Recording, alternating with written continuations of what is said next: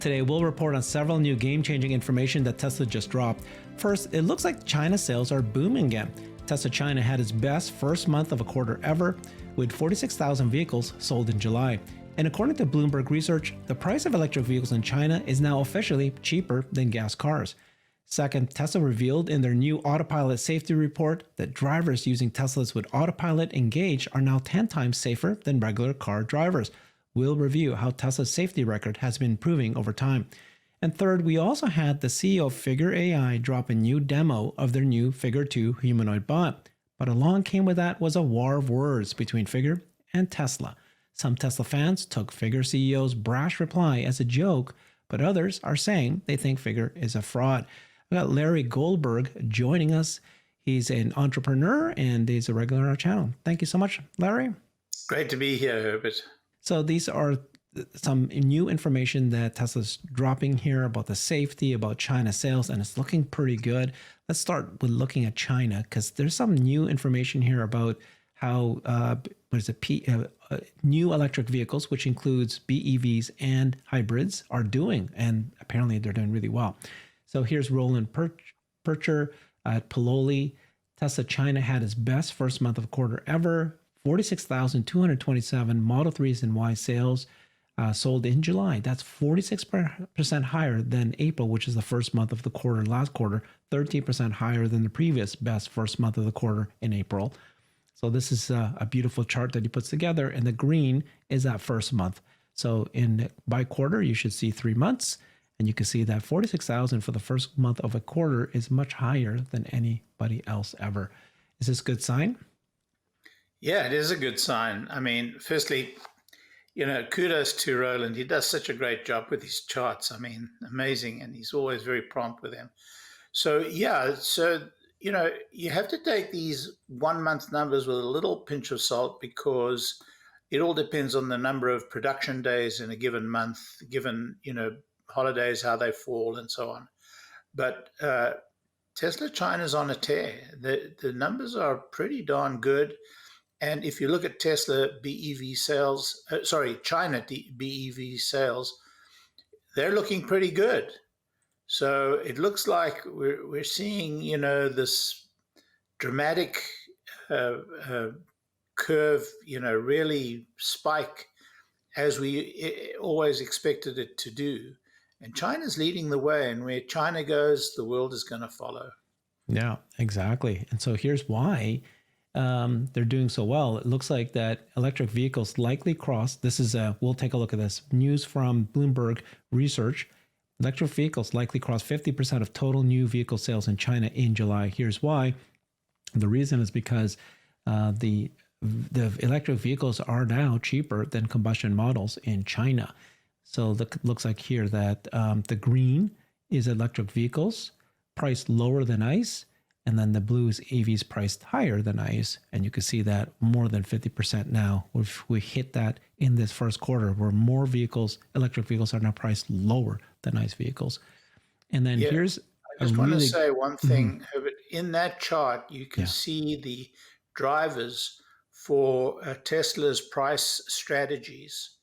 You can see the need to reduce the price of EV, and you see the growth of volume. And so you see the drivers behind the strategy, which we'll talk about. Do you think that Tesla's price cut was the one that caused the Chinese electric vehicles to lower their price, or is it vice versa? That it's a bloodbath there, and Tesla needs to compete, lower their price. China's always a bloodbath. China's entire history is of driving prices down. This is not a Tesla versus them, or it's not a Tesla with them. It is the way China works, and this is always going to be the case. Not always going to be the case in China, but as long as China's following the path that they're on, this is going to continue. Yeah, that's a very good point. All right, so here's more information about the average transaction price by powertrain. So this is now saying that both battery electric vehicles are now cheapest. So if you look at the powertrains, and so it looks like that battery electric vehicles is that blue line. Yep. And then the ICE cars, gas cars, is that gray line.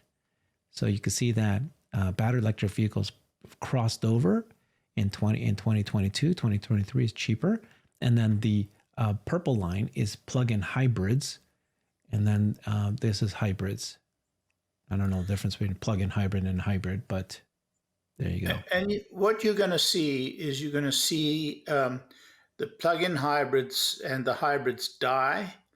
The interim, the bump that they've had in the last 2 or 3 years, I think, is artificial, and it's just a function of the confluence of pricing and the number of models that were produced in that pricing burst.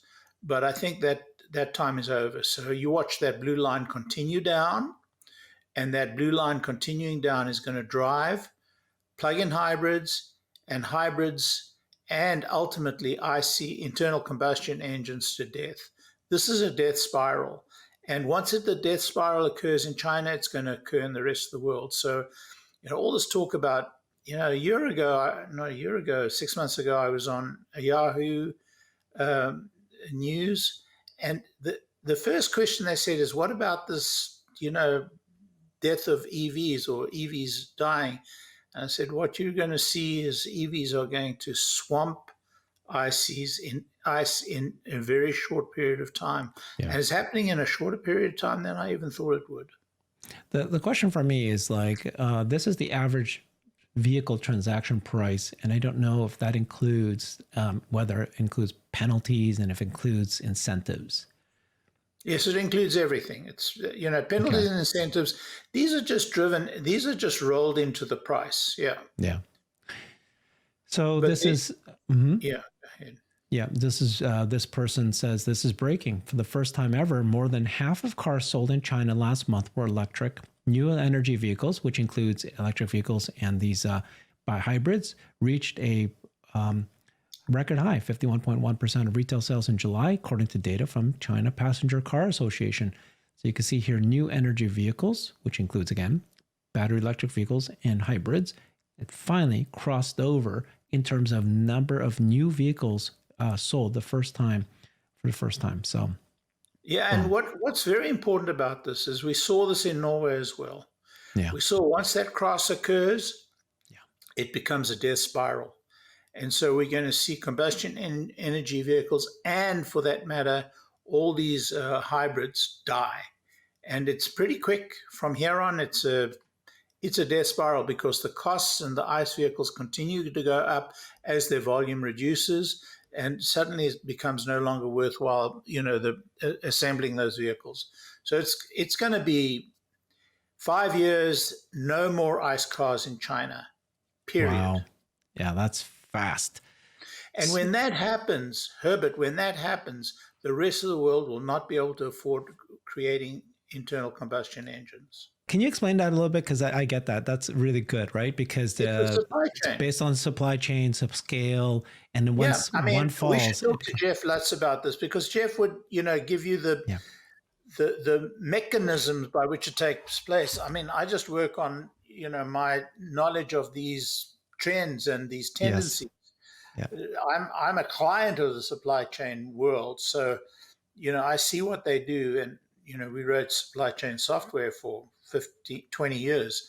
The supply chain is incredibly sensitive to volume, and as volumes falls, it collapses, and the entire Western world is dependent upon the Chinese supply chain. So once the collapse begins, it is like a rot. It is a disease. But isn't it true that the American OEMs are already out of China today?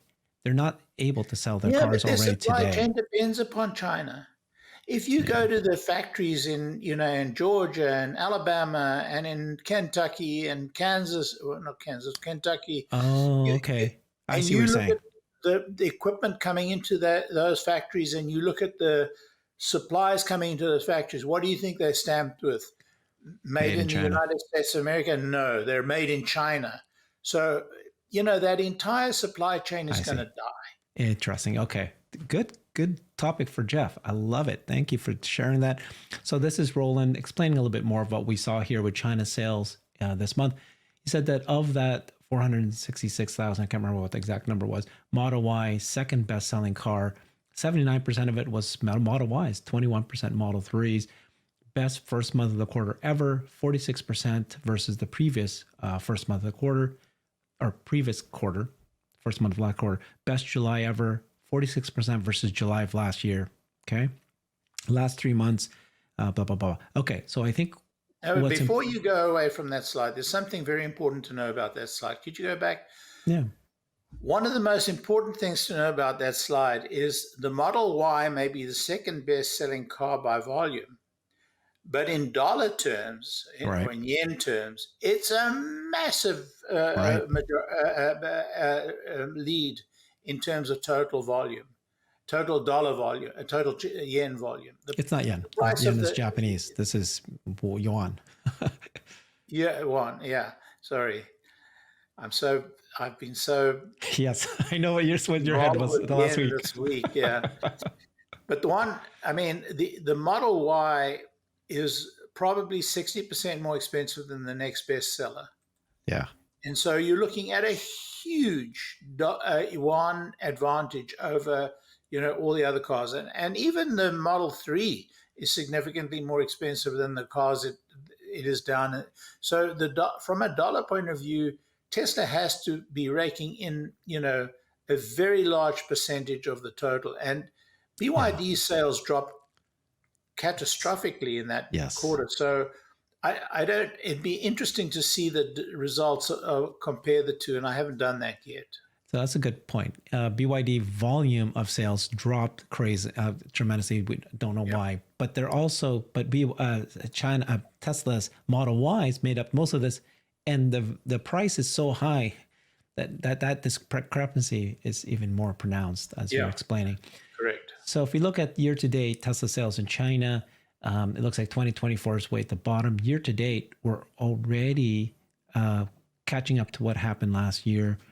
So this is, obviously it's not better than last year, but we were starting slower, and then now we're catching up, which is good news. So this is another way to look at it.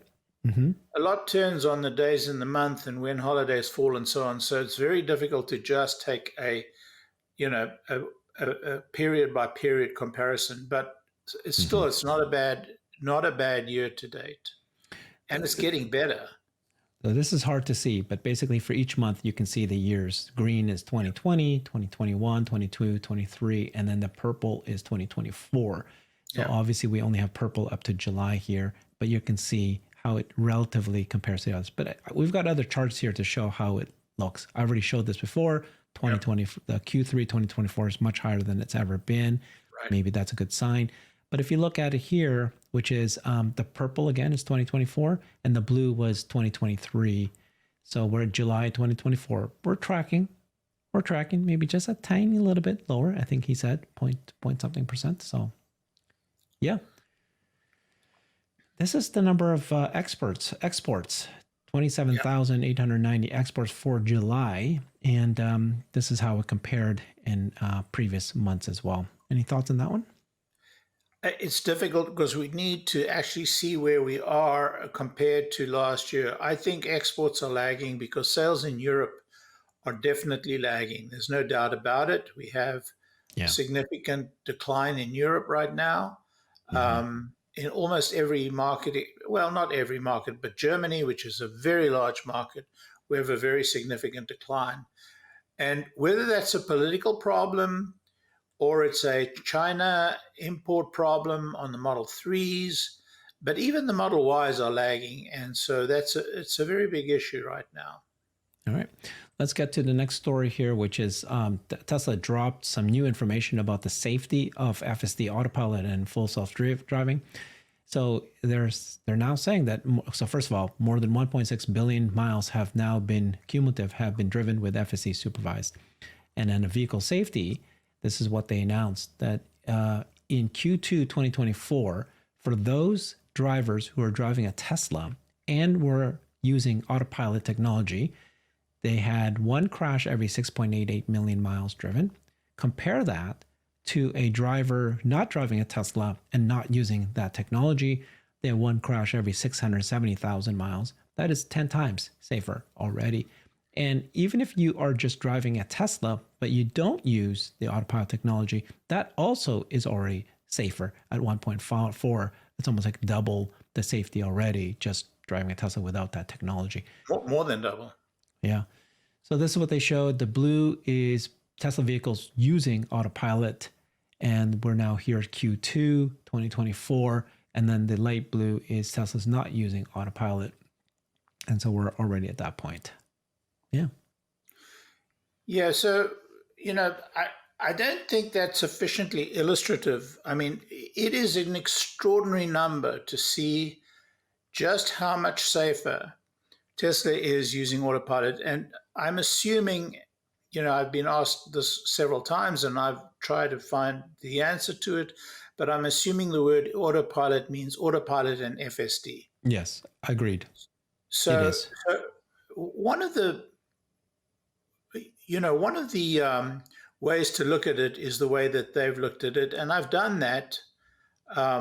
I've shown that, and I'll just show it quickly. This is really just a different view on the same information that Omid showed us just in this other deck. Mm-hmm. And what's interesting here is this is the trend, not shown on his slide, but the trend over time. I'm going back to 2018, Q3 2018, and up to Q2 of 2014. And if you do a mathematical trend of the average of these points in the slide, you see that there's been consistent improvement ever since Q3 of 2018. When autopilot was, and FSD was at its most, at a relatively primitive stage. We've constantly improved quarter over quarter over quarter. But the problem is there's noise in these numbers. And what is the noise? Mm-hmm. The noise is seasonality. What do I mean by seasonality? I mean, if you look at Q1 of 2024, you see we reached a peak of 7.63. And if you go back to every Q1, Larry, why are you looking up? I'm looking at the slide, but I shouldn't be. You're right. Why are you looking up, though? I'm curious. How are you looking up? Where are you looking up? Well, I'm looking at my main screen. So okay, there you go. That's what I needed to know. Yeah. So, and even this driving a Tesla without autopilot, which is this line here, right, is seasonal.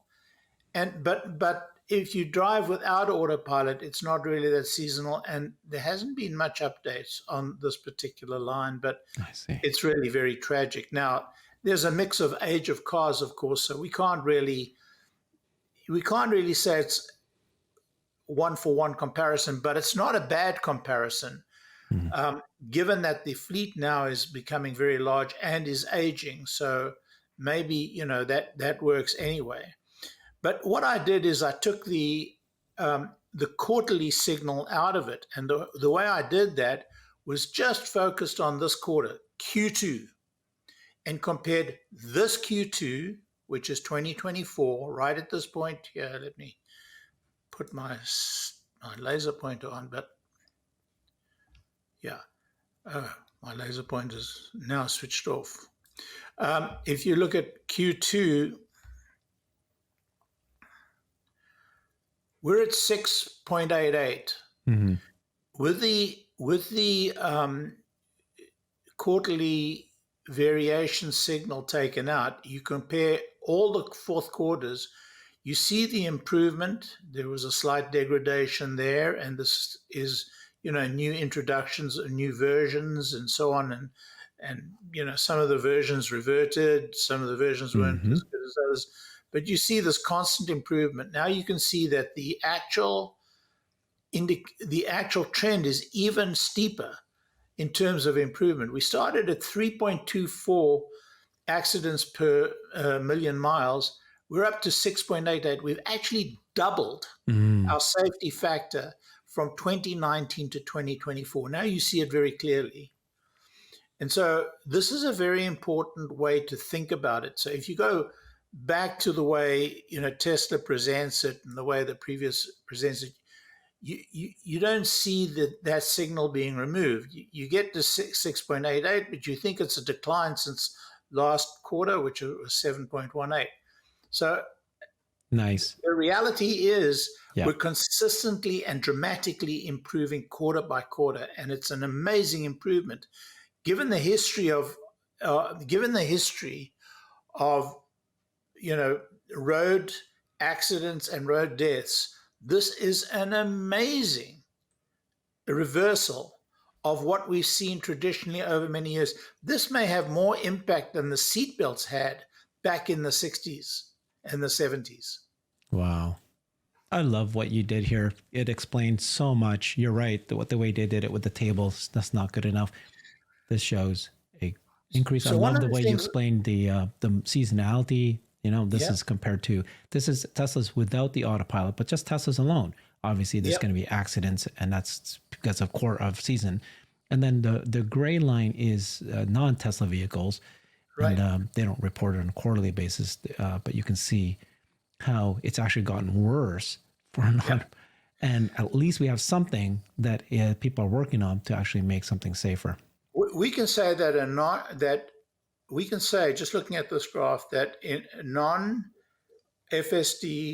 non-autopilot Tesla driving is more than double Yeah. the safety, more than double the safety of any of the rest of the fleet. Yeah. But we can also say that driving with autopilot and or FSD is almost 10 times, it's like 8 times, 10 times actually in this quarter.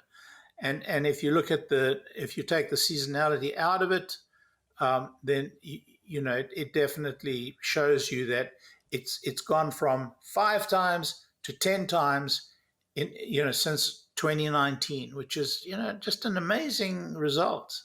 Yeah, it's very amazing. This is supervised FSD, so this is still a human in the car, but you've got Yeah. these, before it used to be the nags in the vehicles, so and the steering wheel, so you have to actually be focused and intention, put your hands on the steering wheel. Now you don't need that for some of the versions of FSD where they just have the in-cabin camera looking at your face and looking at your eyes.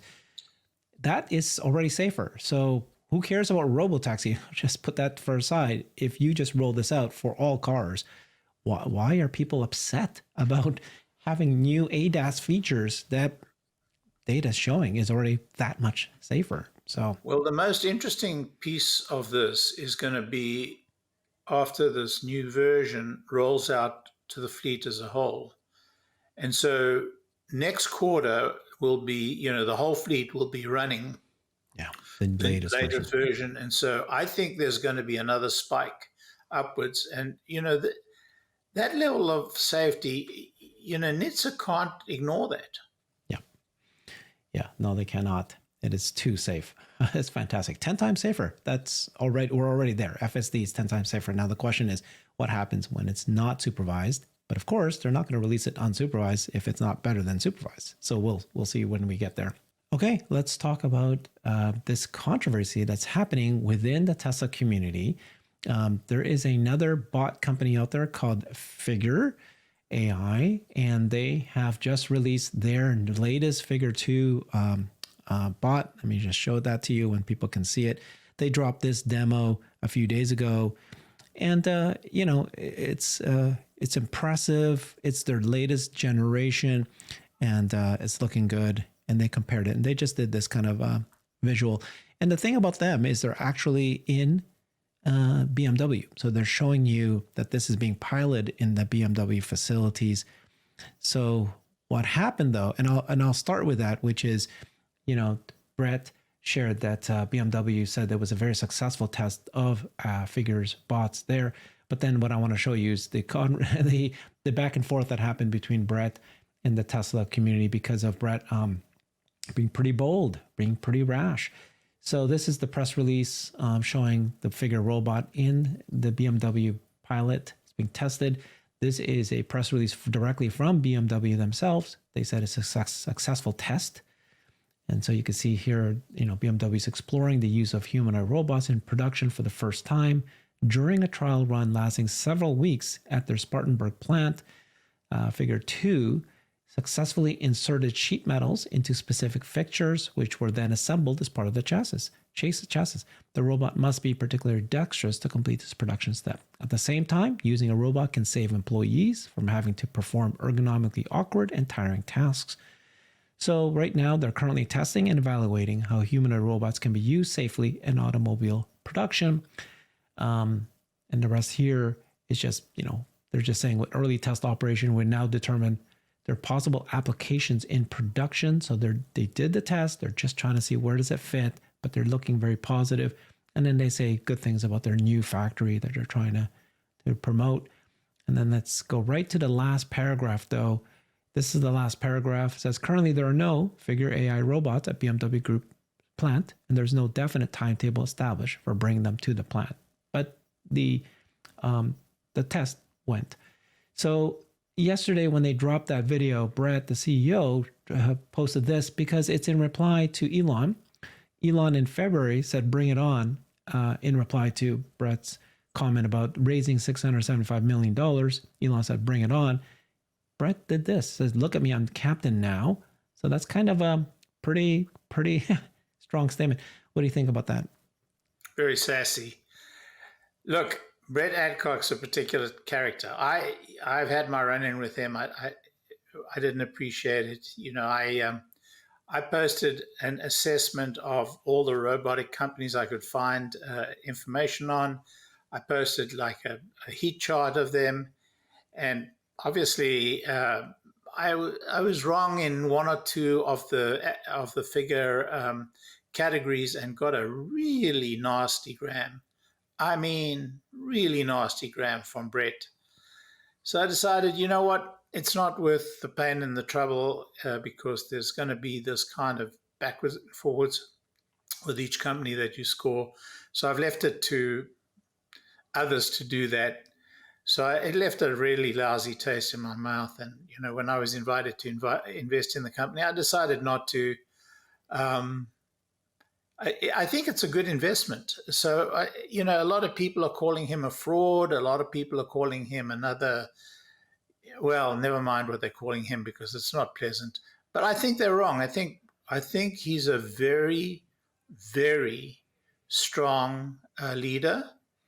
I think the company is doing extremely well as best we can tell from the information we're getting. In fact, from the information we're getting, it looks like they are in several areas ahead of the Tesla reporting of their bot, and so I don't align with the people who are calling him a fraud or calling Figure not that good. I think the best analysis, the best negative analysis I've seen to date is that they don't have the production smarts that Tesla have. But they've done a huge job in getting their bot to where it is. I mean, it has features that Tesla haven't talked about in terms of theirs, and they have it live and running today. And it's faster than the Tesla bot on the ground. It's doing speech-to-speech. It's doing learning by observing. So it's impressive. Now, there's some areas where the version 3 of the Tesla bot is supposed to be ahead of it. Looks like there are more degrees of freedom in the hand, for example. But all in all, I think they're a legitimate contender for the top spot in the bot supply chain, and I think they're going to be very successful.